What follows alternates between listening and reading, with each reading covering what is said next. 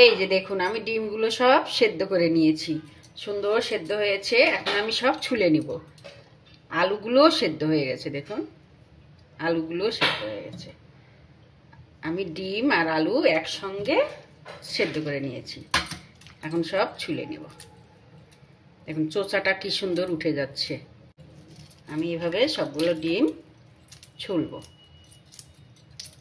এই যে দেখুন আমি ডিমগুলো সব ছুলে নিয়েছি।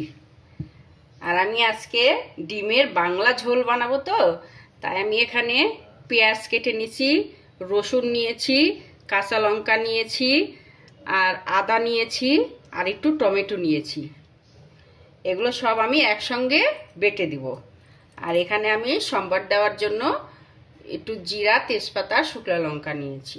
প্রথমে আমি ডিমগুলোকে ভেজে নিব। তার জন্য আমি একটু লবণ আর একটু হলুদ দিয়ে দিচ্ছি। লবণ হলুদ দিয়ে ডিমগুলোকে মেখে ভেজে নেব। আর এদিকে আমি মশলাটা করে নেব। আমি মশলাগুলো সব একসঙ্গে মিক্সারে করে নেব। রসুন, কাঁচা লঙ্কা, আদা আর টমেটো, এগুলো সব একসঙ্গে আমি মিক্সারে দিয়ে পেস্ট করে নেব। একটু জল দিয়ে দিলাম। এখন আমি পেস্টটা বানিয়ে নেব। এই যে দেখুন আমার ডিম ভাজা হয়ে গেছে। আমি ডিমগুলো সব লাল লাল করে ভেজে নিয়েছি। এখন আমি এগুলো উঠিয়ে নেব। দেখুন কি সুন্দর ভেজেছি।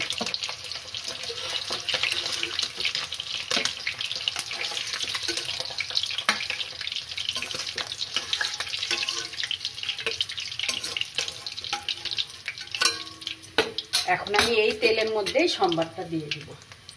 শুকনো লঙ্কা, জিরা, তেজপাতা। এখন আমি এর মধ্যে পেঁয়াজগুলা ভেজে নেব। এই যে আমি পেঁয়াজগুলা সুন্দর করে ভেজে নিয়েছি। এখন আমি এর মধ্যে যে আলুগুলো সেদ্ধ করা ছিল আলুগুলো দিয়ে দেব।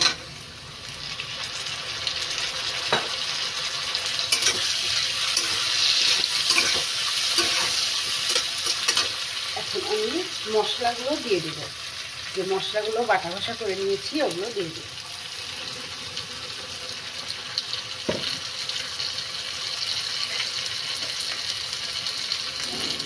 এর মধ্যে 1 চামচ হলুদ দিয়ে দিব।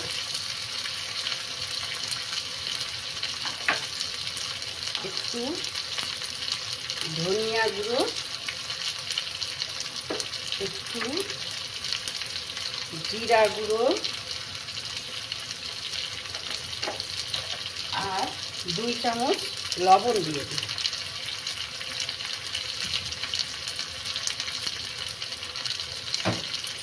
এখন এই মশলাগুলো ভালো করে কষিয়ে নেব।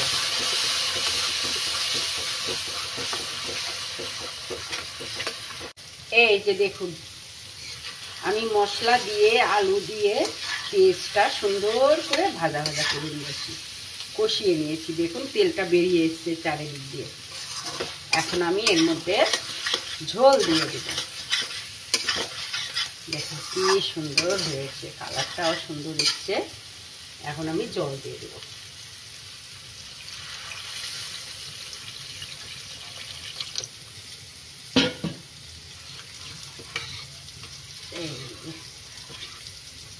একটু মাখা মাখাই ঝোল করব।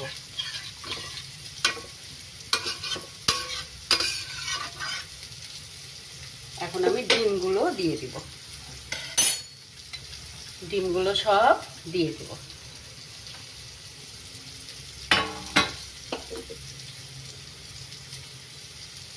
একটু ঢেকে রেখে দেব। এই যে দেখুন আমার ডিমের ঝোল হয়ে গেছে। দেখুন কি সুন্দর কালার এসছে। এখন আমি এর মধ্যে অল্প গরম মশলা দিব। গরম মশলাটা দিয়ে নামিয়ে নেব। দেখুন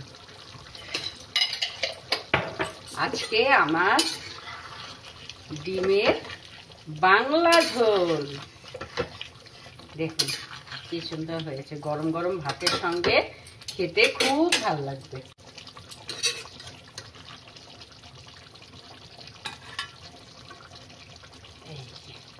গরম গরম ভাত দিয়ে খেতে খুব ভালো লাগে।